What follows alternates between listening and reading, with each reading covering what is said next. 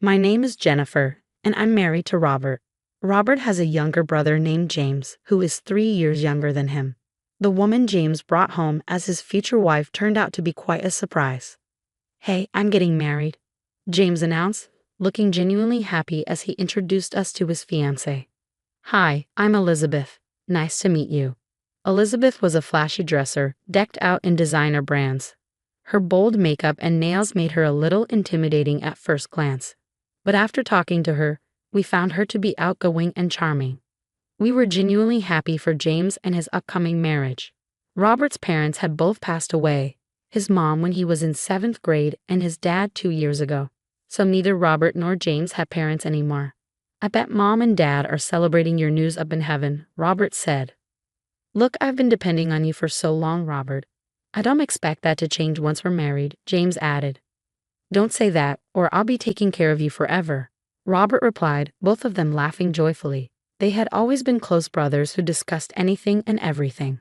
"So where are you guys planning to live after getting married?" I asked, still absorbing the sudden engagement news. "We're thinking of building our own place. The thing is, I travel a lot for work, so we're still undecided on where to build," James answered. Because of his frequent work travel, he had a tough time deciding where to live. "We don't have reliable parents to lean on.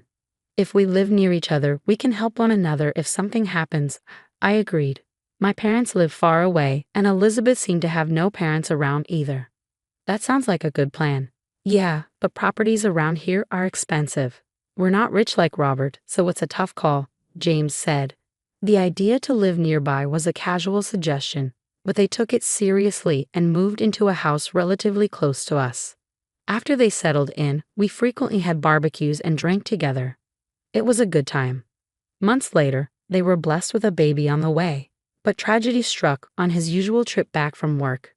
James fell asleep at the wheel and passed away. Robert was consumed by grief over the sudden loss of his beloved brother. Elizabeth, on the other hand, didn't seem that devastated. Normally, you'd be distraught, especially with a baby coming, but not her.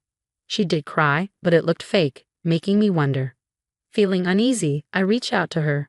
"If you need anything after the baby comes, you can always rely on us. We'll support you in any way we can." "Thank you," she said. That was the last we saw of Elizabeth. Months later, we received a birth announcement from her and went to visit. But she said she was too busy to invite us in, so we left the gift at the door and went back home. It was crazy that we couldn't even see the baby when we came to visit. Our distrust toward Elizabeth only grew after that. It felt like she was avoiding us. Anytime we reached out, she claimed she was too busy to meet. Before we knew it, a year had passed since James' death. Then, out of the blue, Elizabeth showed up at our house. "It's been a while, Jennifer," she said. "Long time no see. How have you been?" "What brings you here all of a sudden?" I asked. "I came because I need some advice. Is Emily not with you?" "Emily's at press school. Being alone at home with her all the time was driving me crazy, so I enrolled her right after she was born." "Oh, I see. Are you working then?" "Working? No way." "Okay, good on you for managing press school then. I got her in because I was diagnosed with depression after my husband's death. I got a doctor's note and everything." "Wow, didn't know that was an option. Anyway, what's the advice you need?" Elizabeth's next statement left me shocked. "Would you mind paying our property taxes?" "What? Property taxes? Where is this coming from?"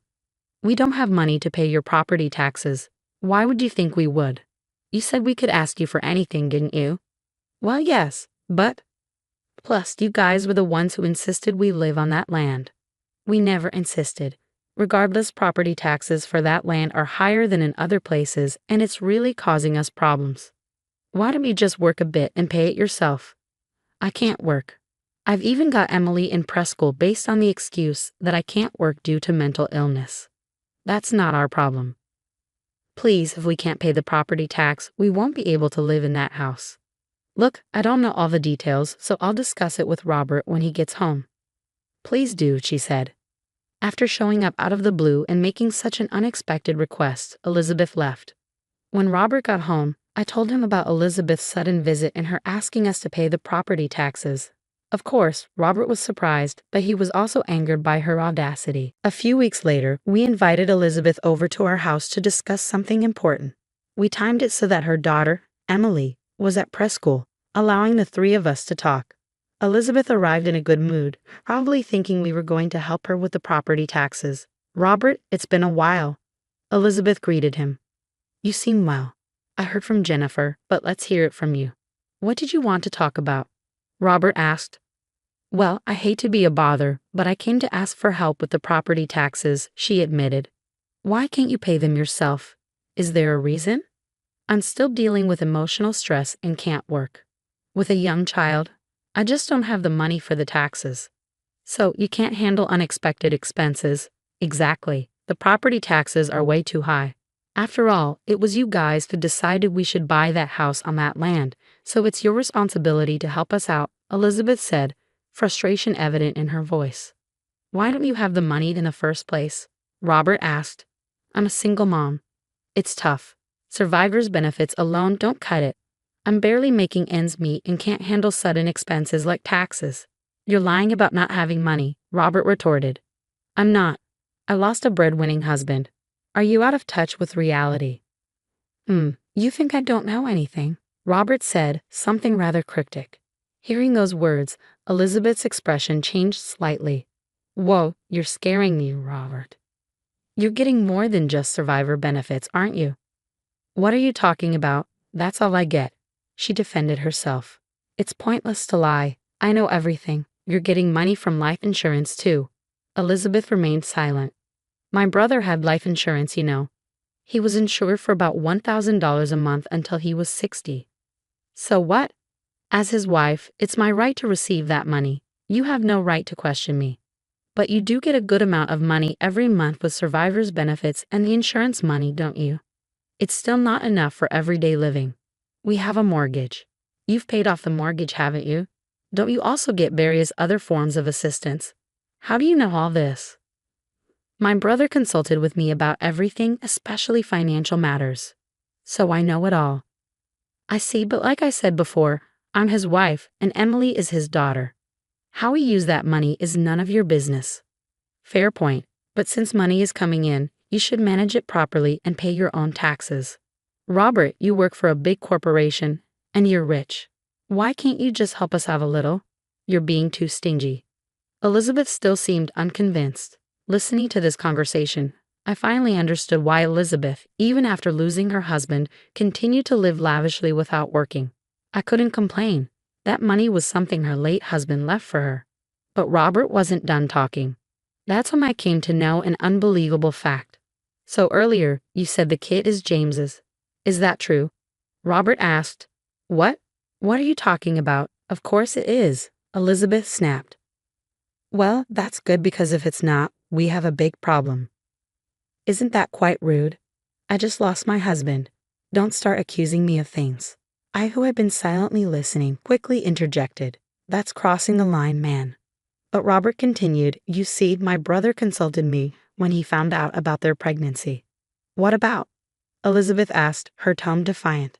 "He said that judging by the due date, there's no way the child could be his." "What do you mean?" "He was always on an extended business trip and hadn't been home during that time. He was worried that the child might not be his." "That's absurd." "I thought so too initially. James said there was no evidence of an affair. Then he passed away before we could gather any. So it was a misunderstanding, right? After James was gone, I couldn't shake off the thought, so I investigated." "Investigated what?" "Whether you had been unfaithful, Elizabeth." My jaw dropped in shock from this new information. Robert continued speaking to Elizabeth. "I was planning to take my time gathering evidence, but since you came to our home, I hurried my investigation." "And what did you find?"